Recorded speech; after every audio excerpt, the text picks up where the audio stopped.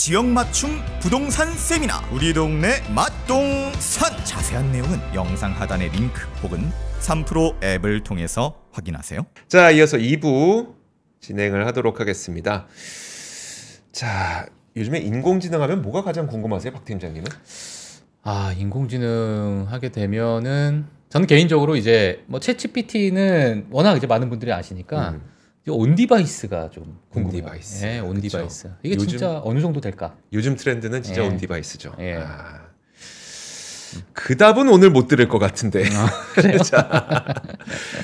자, 오늘은 예. 저희가 저희 3프로 TV가 글로벌 통신원이 전 세계 각국에 있고요. 약 70여 분의 글로벌 통신원이 항상 준비를 하고 계십니다. 네. 그 가운데 이슈가 있을 때마다 저희가 거기에 맞는 분을 좀 섭외를 해서 글로벌 통신원 분들로부터 현지의 이야기를 좀 자세하게 듣고 있는데 예. 오늘은 도대체 중국의 인공지능 기술은 어느 정도 수준이길래 미국이 이렇게 좀 극심하게 규제를 하고 있는지에 대해서 어디서도 듣기 좀 힘든 이야기 한번 들어보도록 하겠습니다. 네. 중국 청두에 계신 남이나 통신원 연결돼 있습니다. 안녕하세요. 네, 안녕하세요. 네, 안녕하세요. 반갑습니다. 네. 아유, 안 그래도 네. 예. 저희 남이나 통신원님이 얼굴 공개하는 게 너무 좀 떨린다 그래요? 하셔서 예. 캐릭터로 좀 저희가 만나 뵙도록 하겠습니다. 예. 남이나님, 그 방송은 처음이신가요? 이전에 뭐 작은 매체하고 이렇게 그전엔 전화였죠. 전화로 인터뷰한 적은 있는데 이렇게 대단한 매체에서 인터뷰 요청을 받은 적은 처음이어가지고 예. 제가 너무 영광스러우면서도 긴장이 많이 되고 있습니다. 예. 아우, 너무 미인이십니다. 그러니까요. 예. 네. 예, 감사합니다. 자, 오늘 그냥 편하게 말씀해 주세요. 네, 뭐 네. 저희 박 팀장님도 그렇고 저도 그렇고 굉장히 편한 사람입니다. 예. 까다로운 사람들. 그 지금 중국 스촨성 청두에 계신다고 들었는데 중국에 계신 지 얼마나 되셨어요? 저는 중국에 있었던 기간은 총 합치면 한 11년 정도 되는 것 같고요. 청두에 거주한 지는 만 6년 정도 됐습니다. 네. 그러면 중국에 처음에 가셨던 거는 그 직업 때문에 가시게 된 건가요? 처음에 왔을 때는 제가 2003년에 왔는데 그때 언어 연수 겸 뭐 이제 상황을 봐서 중국에서 자리를 잡을 수 있으면 자리를 잡으려고 했었는데 그때 이제 마침 그 사스가 터지면서 좀 계획했던 것들이 조금 바뀌고 뭐 그러면서 이제 계획에 없던 공부를 하게 되고 이제 그렇게 하면서 중국에 있었던 게 시작이 됐죠. 예, 알겠습니다. 자, 오늘 그러면 바로 이제 좀 본론으로 넘어가서 네. 이 중국의 AI 어떤 기업에 대해서 뭐 AI 번역 스타트업에 종사한다고 제가 들었는데요. 지금 뭐 개발하고 있는 서비스가 지금 뭐 현지에서 뭐 네네. 어떠한 반응을 좀 보이고 있고 지금 AI 번역 그러니까 이 기술력에 대해서 많은 분들이 좀 궁금해하시거든요. 뭐 지금 뭐 어느 정도가 네네. 되고 있나요? 저희 회사는 그러니까는 단순히 그 구글 번역이나 뭐 네이버 번역 같은 그런 번역 서비스가 아니라 그 문서 전체를 업로드하면 이제 번역을 해주는 그런 서비스를 제공을 하고 있어서 주로 이제 그러니까 B2B 대상으로 영업을 하고 있고요. 현재 그 정부나 연구소나 뭐 기업을 포함해서 그 누적 파트너십이 한 200개사 정도 되고, 이제 제가 이 회사에서는 뭐 한국 기업이나 이제 한국 기구를 상대로 영업을 하기 위해서 이제 입사를 했는데, 뭐 코트라나 그 한국 기업에서도 상당히 긍정적인 반응을 보이고 있습니다. 지금 저희가 궁금한 거는요. 아무래도 이제 중국에서 인공지능 번역 스타트업에 이제 종사하고 계신다고 하니까 중국의 인공지능 산업 업황을 좀 계속 유심히 들여다 보실 것 같거든요. 그래서 오늘 연결을 하게 된 건데 중국 인공지능 규모는 지금 규모라든지 아니면 세계적인 순위라든지 어느 정도인가요?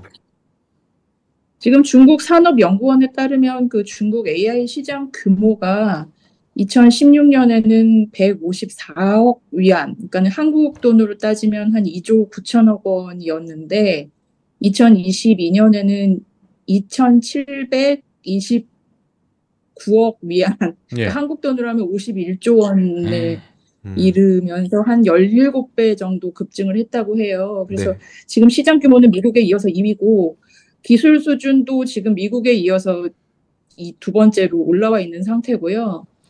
그 연구 면에서는 중국이 미국을 제치고 지금 세계 1위로 나타나고 있습니다. 그래서 AI 연구 논문의 뭐 양적인 면이나 질적인 면에서 모두 미국을 제치고 1위인 상태입니다.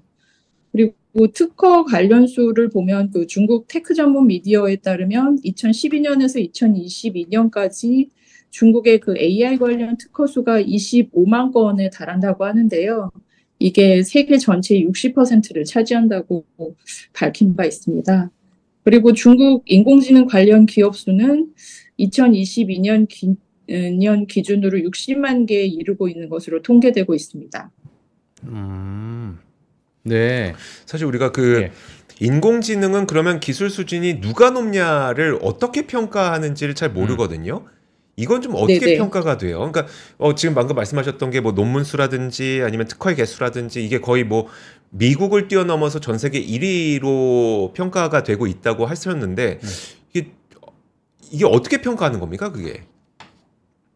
그게 뭐 각 그 기관마다 조금씩 기준이 좀 다른 것 같긴 한데 기준에 대해서는 제가 특별히 상세하게 조사해 보지는 못했고요. 네. 아마 그 격차에 대해서는 이제 그 어떤 키워드를 기준으로 검색을 해서 좀 조사를 하고 있는 것 같아요. 네, 예, 알겠습니다. 알겠습니다. 알겠습니다. 자, 그러면 만약에 기술 어떤 수준으로 볼 때 뭐 중국이 지금 앞서서 지금 네. 뭐 많은 뭐 비중을 좀 차지하고 있고 뭐 논문의 양과 질에 있어가지고 미국을 앞서고 있다. 네, 이렇게 또 네네. 얘기를 해주셨는데, 그럼 구체적으로 지금 중국의 인공지능이 어떤 분야에서 어떤 성과를 지금 보고 있는지 좀 설명 좀 부탁드리겠습니다. 제일 아마 그 성과가 있는 부분은 예, 안면 인식일 것 같거든요. 안면 인식이요. 네네네. 예. 여기에 대해서 지금 이제 미국이랑 가장 격차가 있는 건 개인정보 보호 때문에 이제 미국 사람들은 본인의 어떤 정보가 침해받는 것에 대해서 뭐 저희 한국 사람들도 마찬가지긴 하지만 거기에 대해서 굉장히 경각심과 그 거부 반응을 갖고 있는데 중국은 아무래도 거기에 대해서 좀 덜한 부분들이 있어서 그 부분에 있어서 좀 중국이 더 두각을 나타내고 있는 것 같습니다. 혹시 안면인식이라고 하면 어떤 그 실제로 우리가 좀 느껴볼 수 있을 만한 사례 이런 것들이 있어요? 뭐 영화에서 보면 저희가 뭐 지하철에서 내리는데 얼굴을 딱 찍어 보더니 이게 누군지 딱 바로 이렇게 드러나고 실제로 중국 뭐 이런 식인가요? 뭐 거기까지는 제가 이제 일반인으로서 이렇게 그러니까 느껴볼 수 있는 경우는 좀 덜한데 예를 들자면 지금 안면인식 같은 경우에 그 결제 부분들 있잖아요. 네. 그러니까 예를 들어서 뭐 구멍가게 들어가가지고 껌을 하나 산다 그럴 때도 그냥 안면인식으로 결제가 다 되고 예, 그다음에 지하철을 탈 때도 이제 중국은 QR코드가 워낙 보급이 많이 돼 있기 때문에 지하철을 탈 때 거의 다 그 스마트폰을 꺼내서 앱을 킨 다음에 거기에서 발생되는 QR코드를 읽혀서 이제 지하철을 타게 되는데 버스도 마찬가지고요. 근데 지금 안면 인식으로도 탈 수 있기 때문에 제가 봤을 때 한 10% 정도는 안면 인식으로 지하철을 타고 있는 것 같아요. 아, 그래요? 예, 그래서 처음에는 저도 좀 안면 인식에 대한 거부 반응이 있었는데 이게 뭐 핸드폰 꺼내야 되고 앱을 켜야 되고 이런 것들이 좀 귀찮고 또 주변에서 점점 안면 인식으로 그렇게 탑승을 하는 걸 보니까 슬슬 이제 저도 안면 인식으로 좀 타볼까라는 그런 생각도 하고 있고 예. 그다음에 한국은 이제 그 출입을 지문으로 많이 하잖아요. 네. 근데 중국은 거의 안면 인식으로 하고 있어요. 그래서 저희 회사가 있는 그 산업단지도 출입문에서 이제 안면 인식으로 자기를 인증을 한 다음에 들어가게 되고 저희 아파트 단지도 안면 인식으로 출입 통제를 하고 있는데 네, 그렇습니다. 야. 그렇게 보편적으로 안면 인식이 사용이 되고 있습니다. 예. 그리고 또 한 가지는 그 이제 홍콩이 몇 년 전에 시위를 했었잖아요. 네. 그때 이제 시위 때 안면 인식 때문에 뭐 마스크 쓰고 모자 쓰고 그 선글라스 쓰고 해서 이제 본인을 이렇게 가리고 많이 시위에 참석을 했는데 어떤 기사에 보신 적 있는지 모르겠지만 그 걸음걸이로 판단을 할 수 있다. 어떤 사람인지. 지금 중국 인식 기술이 거기까지 올라왔기 때문에 얼굴을 아무리 가려도 다 이렇게 가능하다. 누구인지 알 수 있다라는 그런 기사를 본 적이 있거든요. 예. 근데 제가 저희 아파트 이제 그 안면인식기에서 이렇게 마스크를 쓰면 지금 이렇게 핸드폰에서 안면인식 할 때는 마스크를 쓰면 인식을 못 하죠. 네. 네네. 근데 제가 이제 미세먼지 때문에 마스크를 쓰고 이렇게 아파트를 들어가려고 하다가 마스크를 벗어야겠다 하는 순간 그 출입문에서 저를 인식을 하더라고요. 그래서 문을 열어주더라고요. 그래서 굉장히 제가 놀라면서도 이렇게 좀 소름이 끼친 경험을 한번 했습니다. 안면 인식이었는데 알고 보니까 홍채 인식 아니었을까? 그런 생각이 갑자기 더 미세한 거를 보고 있었던 거야, 사실은. 예, 뭐 이런 생각이 갑자기 드는데. 안면 인식. 예, 전혀 생각지 못했던. 네. 그러니까요. 안면 인식 이야기 되게 재밌는데 혹시 요즘에 우리가 전 세계적으로 되게 전 세계적으로 핫한 분야는 바로 자연어 처리가 너무 잘 된다는 거잖아요. 그쵸. 특히 오픈 AI나 GPT 쪽에 있어서 중국의 인공지능은 자연어 처리가 어때요? 자연어 처리 경우에 자연어 처리도 꽤 높은 수준으로 지금 보이고 있고요.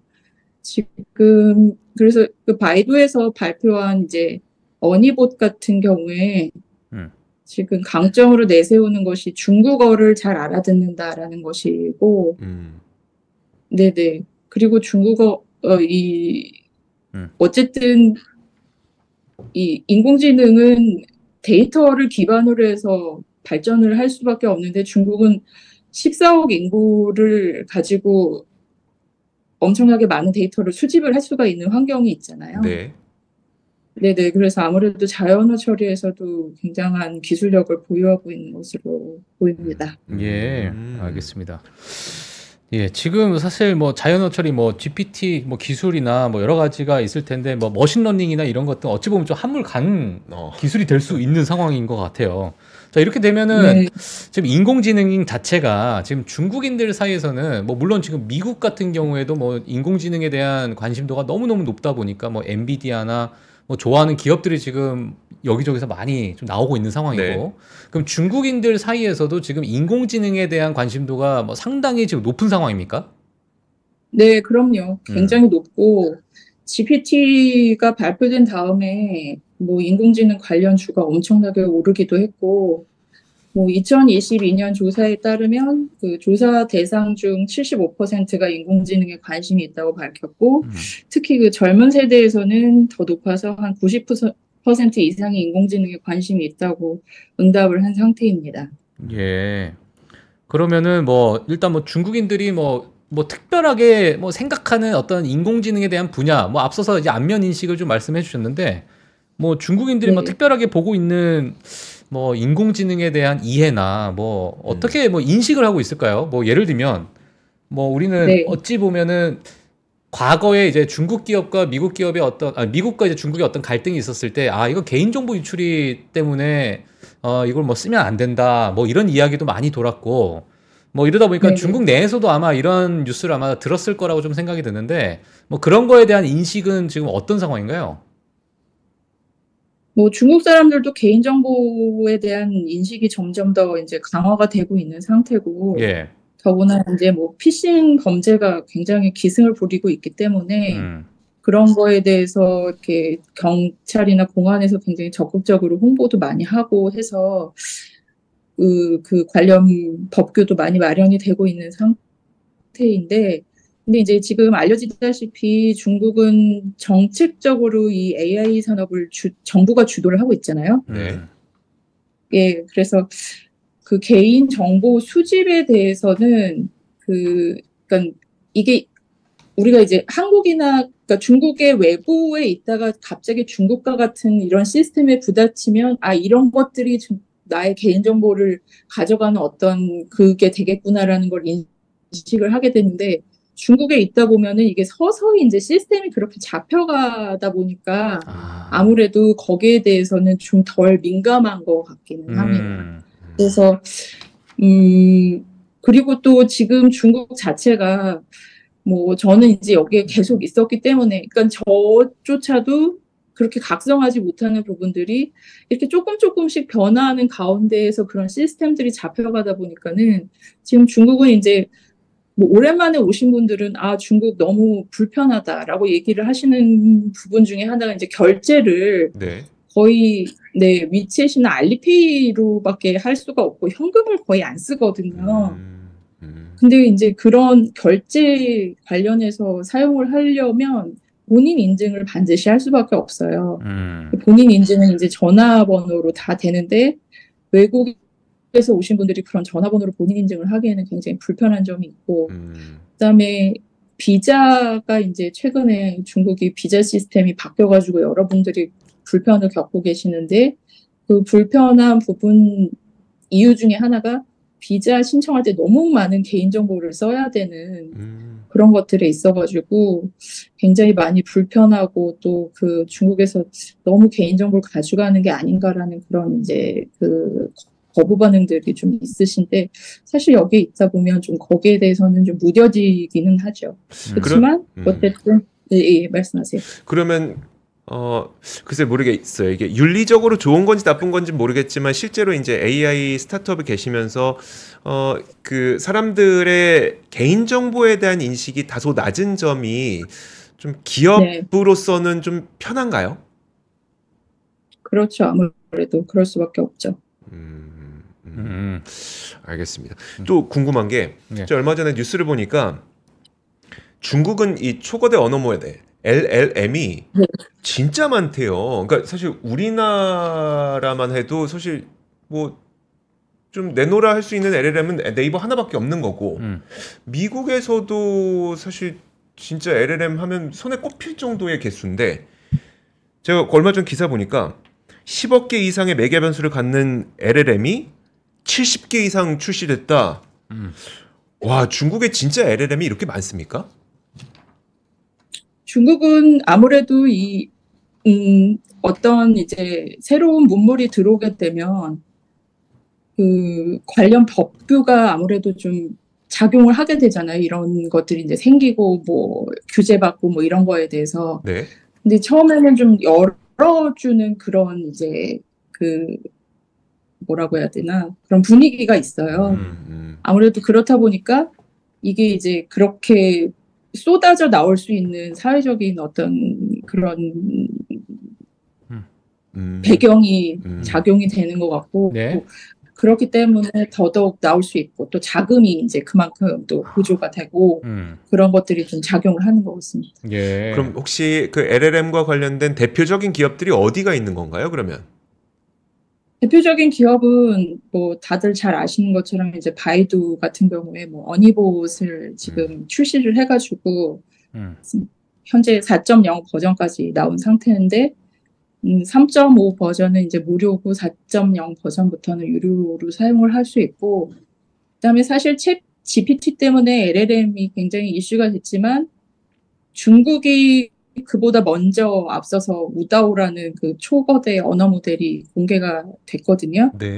그래서 아마 이런 것들이 뿌리가 돼가지고 그 초거대 모델들이 많이 나올 수 있는 게 아닌가 생각이 되고, 지금 뭐 바이두 말고도 뭐 알리바바나 텐센트나 뭐 그 틱톡 하는 그 바이트댄스도 있고, 그다음에 뭐 아이플라이텍이라든가 뭐 센스타임이라든가 매그비, 화웨이, 샤오미, 징동 등등등등 해서 굉장히 많은 기업들이 적극적으로 이 분야에 진출을 하고 있습니다.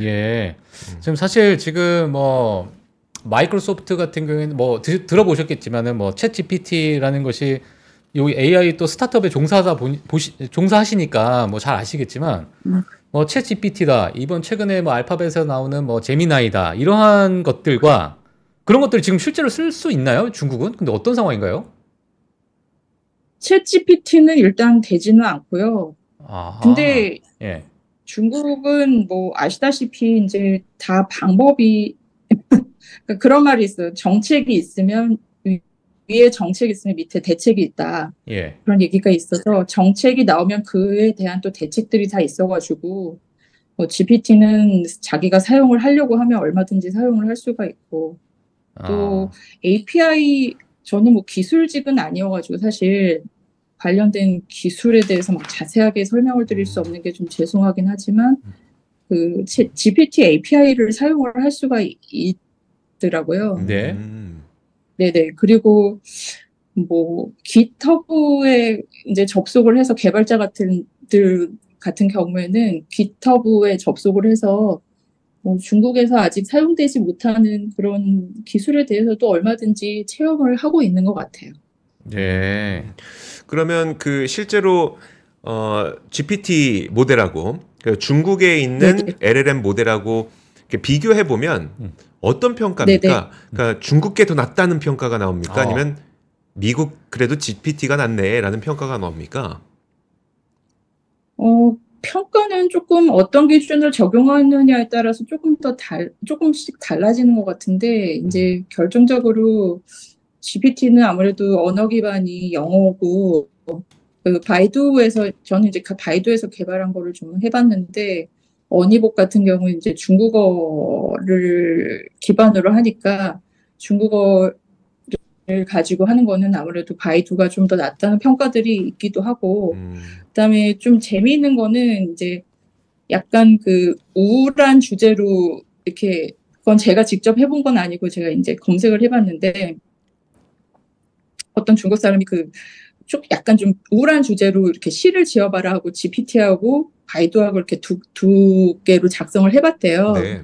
그랬더니 GPT는 결과가 이렇게 굉장히 밝고 긍정적인 이제 그런 결말로 끝나고 바이두에서 그 지은 시는 굉장히 계속 우울함을 유지했다라는 그런 결과가 있어갖고 굉장히 재미있었는데 그게 아마 이제 약간 동양적인 정서가 좀 적용이 된 게 아닐까라는 그런 생각도 해봤고 그다음에 한 가지 또 이제 뭐 토끼와 거북이가 경주를 했을 때 누가 이길 거냐 그리고 이거에 이어서 어떤 관점으로 계속 이야기를 써나갈 수 있냐라는 그런 이제 질문을 던졌을 때 뭐 GPT나 그 어니봇 둘 다 뭐 토끼가 이긴다라는 그 정답은 이제 얘기를 했는데 관점에 대해서도 둘 다 비슷한 관점을 내놨거든요. 근데 한 가지 좀 재미있는 거는 이제 어니봇은 뭐 이런 관점을 내놓으면 뭐 독자는 이런 느낌을 받을 수 있다라는 그런 좀 상세한 설명을 덧붙이더라고요. 근데 제가 봤을 때 이제 중국이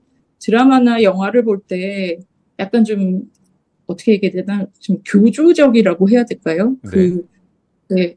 이런 상황에서는 결말이 이렇게 돼야만 해라는 약간 그런 게 있어요.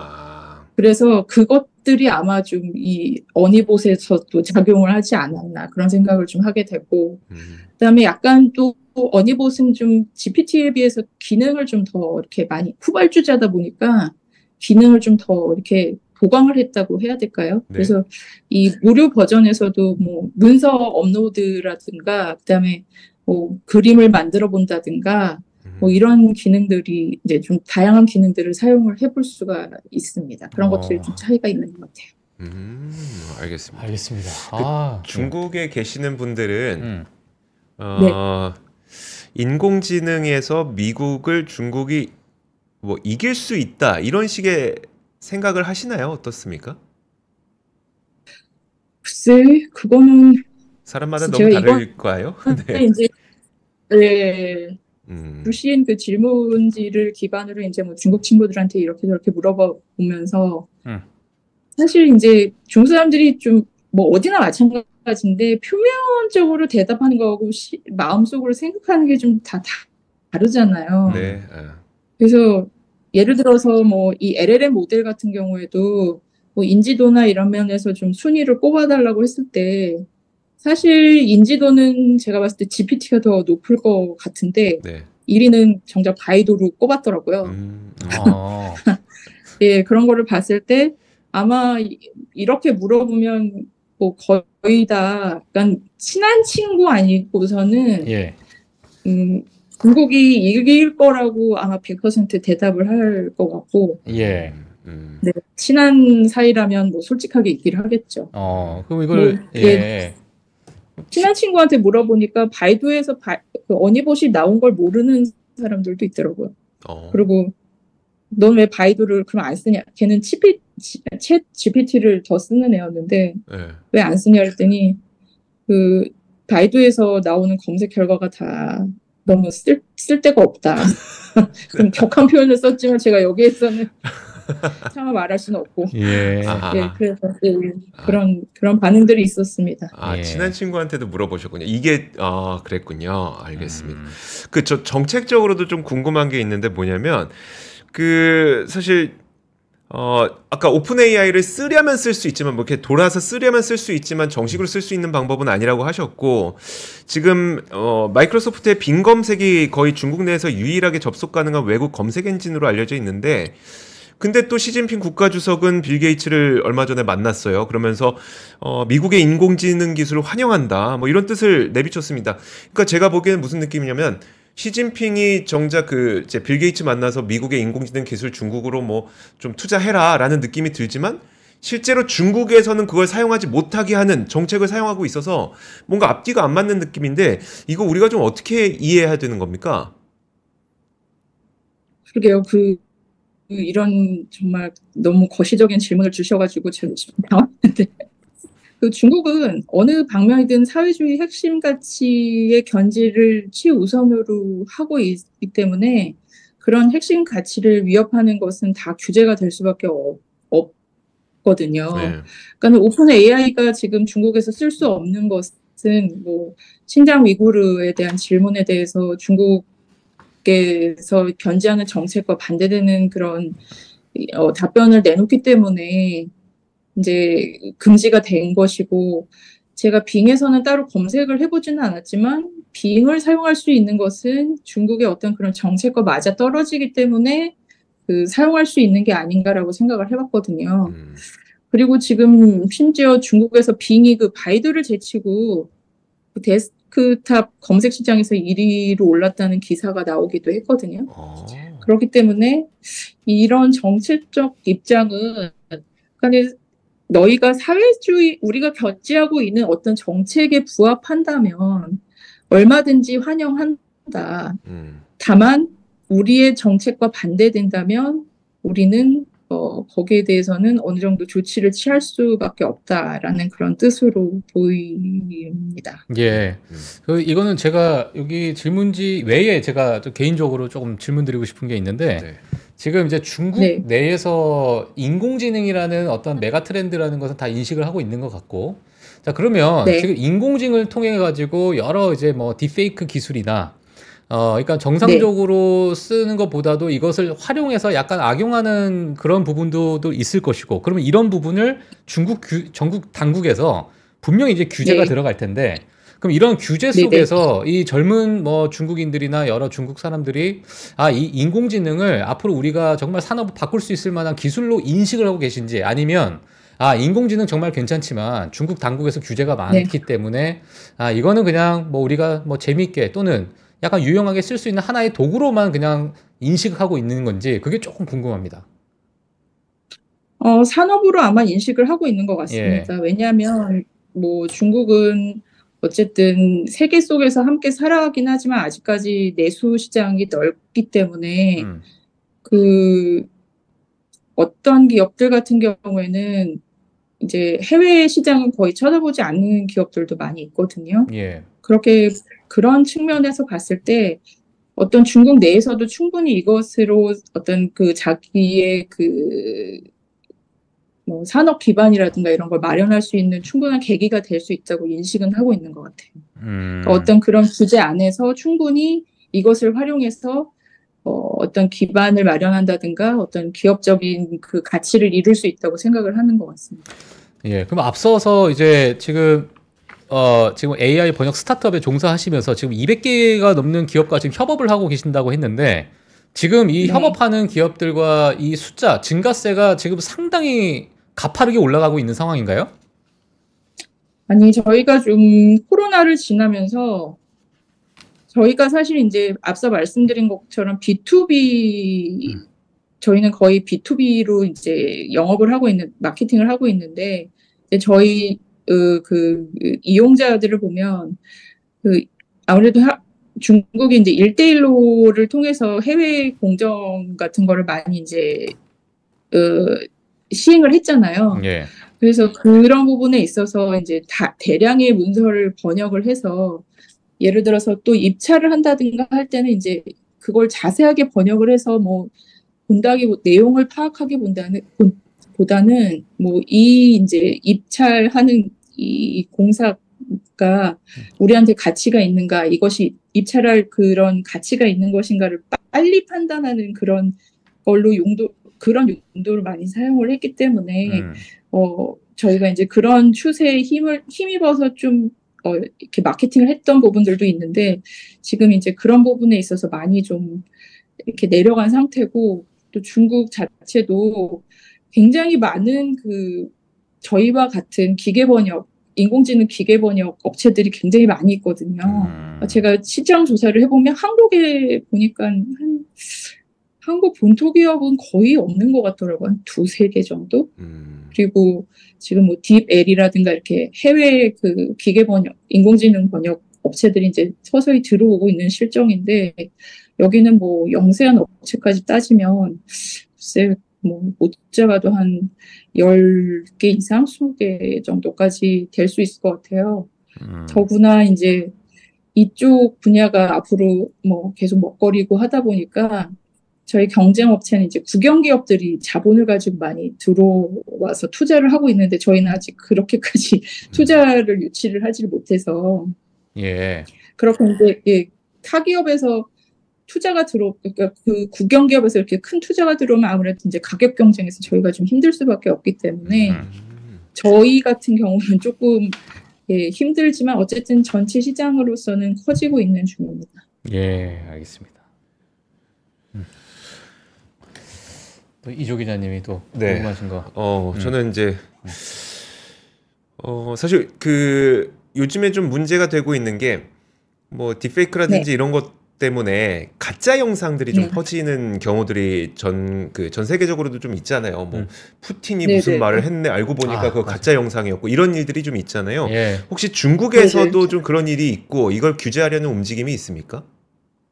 네, 작년에 뭐 한 남자가 이제 길거리에서 경찰한테 구타당하는 영상이 어떤 소셜 플랫폼에 올라와서 거기에 대해서 사람들이 굉장히 공분을 했는데, 알고 보니까 이게 가짜 영상이다 뭐 이런 게 밝혀지기도 했고, 그다음에 올해 5월에는 이제 한 남자가 친구한테 위챗으로 영상 통화가 온 거예요. 네. 그래서 전화를 받아가지고 통화를 하니까 분명히 이제 친구 얼굴하고 친구 목소리였는데, 이제 이 친구가 자기가 외부에서 지금 어떤 입찰건을 진행을 하고 있는데 자기 계좌에서 문제가 생겨가지고 지금 보증금을 입금을 못하니까 네가 나를 도와서 좀 보증금을 입금을 해라라고 해가지고 이 사람이 뭐 얼굴도 보고 목소리도 들었기 때문에 의심 없이 이제 뭐 한국 돈으로 한 7억 7천 정도 되는 돈을 이제 입금을 해줬대요. 네. 그러고 나서 그 친구랑 이제 통화를 했는데 그 친구가 나 그런 적 없다라고 해서 이게 이제 바로 속았다는 거를 이제 알게 돼가지고 이게 굉장히 이슈가 된 적이 있었고, 그다음에 지금 중국이 라이브 스트리밍이 엄청 인기가 많거든요. 네. 그래서 11월 11일에 광군절에도 뭐 타오바오나 찡동에서 팔린 것보다 라이브 스트리밍에서 훨씬 많이 팔렸다는 그런 기사들도 나오고 했었는데, 지금 이 라이브 스트리밍도 어떤 소프트웨어를 통해 가지고 얼굴을 바꿔낄 수가 있다고 해요. 그래서 여기에 대해서 이제 초상권 침해에 대한 우려를 낳고 있는데, 그래서 중국에서 8월 15일부터 생성형 인공지능 서비스 관리 잠정 방법이라는 게 시행이 되고 있습니다. 그래서 뭐 이것 때문에 아마 중국이 생성 인공지능 규제를 시행하는 세계 최초의 국가가 되었다, 뭐 이런 기사가 나오기도 했는데요.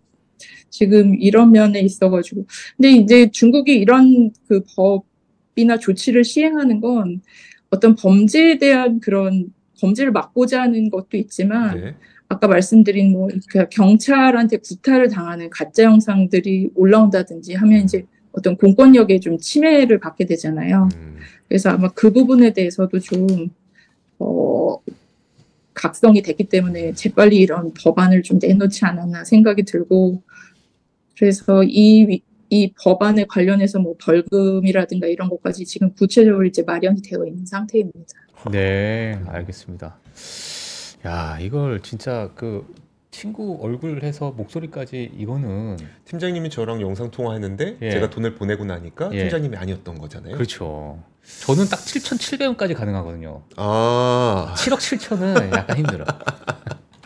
알겠습니다. 제가 마지막 질문 네. 예, 먼저 좀 드리도록 할게요. 지금 뭐 중국도 마찬가지로 인공지능이 이제 뭐 하나의 또 트렌드로서 다 인식하고 있다 보니까 일자리 감소에 대한 뭐 시장에서 약간 우려가 있을 것 같아요. 그 중국 현지에 대해서는 뭐 어떻게 지금 보여지고 계신가요? 네, 일자리 감소는 사실 이제 뭐 키오스크나 이런 설치는 제가 봤을 때 한국보다 중국이 훨씬 빨랐고요.